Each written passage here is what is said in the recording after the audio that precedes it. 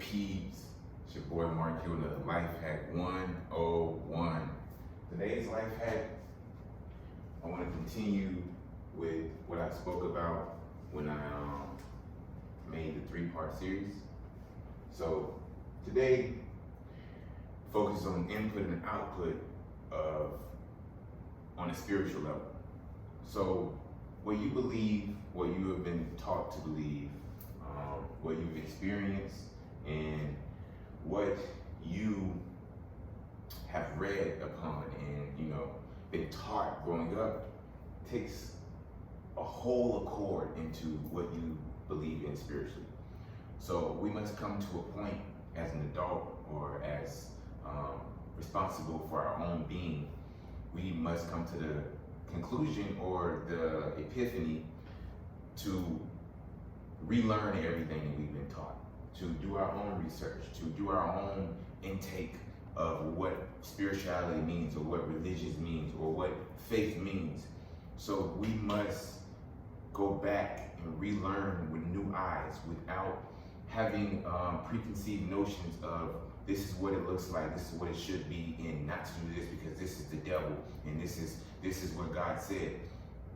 Taking to court what the God in you says, taking to court what your divine calling is, taking to court what your divine direction is and what steps God is placing upon your life to take, and not necessarily what he used to instruct David and what he instructed Moses and he instructed Jesus. How about your journey with Christ? Or how about your journey with God or Yah or the light or the all or the universal consciousness? What about your connection with that? Because what you put in consciously, not unconsciously, not subconsciously, what people tell you and what you surround yourself, but what you consciously take in is what you use to consciously get what you need out of life. Meaning that if I consciously know that my faith is in something that's higher than me, and I know that from experience, my needs have always been taken care of, even though I didn't always get what I wanted, my needs are always taken care of. So I know for a fact that if I step out in faith, my faith is solidified, that I don't have to question it, that I know that anything I need will come to me. Anything that I want, if it correlates with my life's path, with my soul's urgent call, and it's a want coming from my soul, then that is also given to me. But if it's just a want that's coming from lust, or it's a want coming from my mind that's gonna put me back or steps back, I don't get that, because God's looking after me for my best good, because that's what my faith in that source, in that power, in that is above me, but also a part inside of me. I am a part of the body of God, of the universe, of the all, of the totality. I am a part of it, a piece of it. So with that, I am a piece of God. So the God in me is what I am connected to, what connects me to everything else. So when I get into myself and I've learned meditation and a bunch of self-realization methods to better help me solidify that connection with myself, because it's a lot of things outside of us that we could, if you're not conscious of, can actually play a part on your doubts and your fears about what yourself, you hold in yourself. Don't allow anything outside of you to move what is inside of you that is solidified, it's solid. If it's shaky, get more information, get more experience, because it's you that you are molding. It's you that you are building the foundation on, the strong foundation on. So you must establish that connection with yourself and trust that the things that you consciously put in, you will get back outwardly as a result. But don't always just look outwardly for your results, because sometimes your results come over time. We are the only people that are in a hurry.